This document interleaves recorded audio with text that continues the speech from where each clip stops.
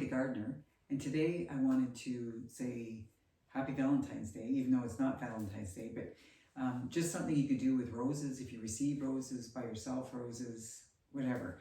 They don't just have to go into a tall vase and sit there.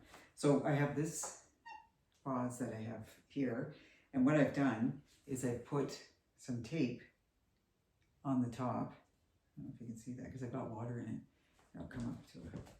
I've got tape here. So it's like a grid. So my roses will go in there. So I just use regular Scotch tape, like this. But you can get the waterproof tapes that the florists use. There's a clear, which is good, so that way you'll never see, or the green. So that's what you can use. And it's a real fun way of just enjoying your roses. So we're just going to put, some of them I've already cut because I didn't want to do all the video cutting them. So we're just going to put them in so they come over the sides. And a good thing to do with roses too is to try to cut the thorns off, because that helps. And then especially if you have to move them around or something, you won't hurt yourself, which I've done several times. It's not fun. So I've got some, so I'm just putting them into the squares of my grid. I'll just show you how close.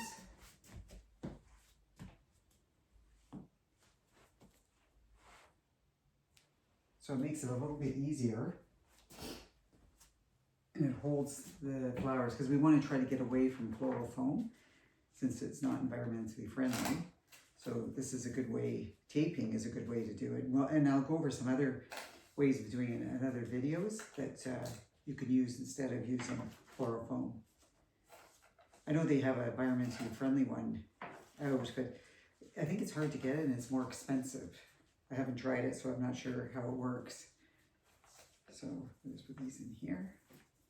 And the nice thing about this too, you could just move them around, make them go up and down, so everything's, but it's going to be just a nice bowl of red roses. So it's something different. So you can do this for yourself, if someone gives you roses. And it's just another way to display them, which is nice.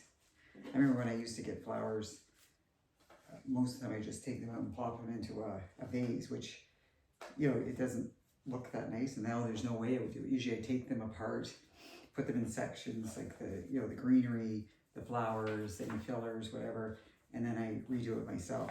And you'll get to that point when all of a sudden you'll look at it and think, you know, I want to do something different.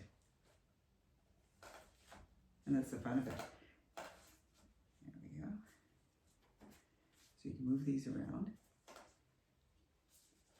I'll put this one since it's a little bit.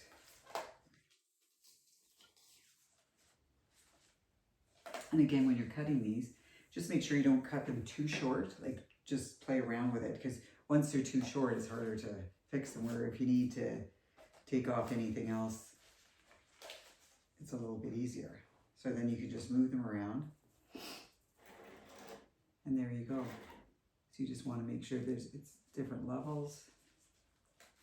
Beautiful roses. And sometimes if the roses aren't quite open, whoops, you can always, or some you go upside down. Just make sure there's no thorns. And that opens it up a bit. Put that one there. So I hope this has inspired you to do something with your red roses. And I want to wish you all a happy Valentine's Day. See you next time. Bye-bye.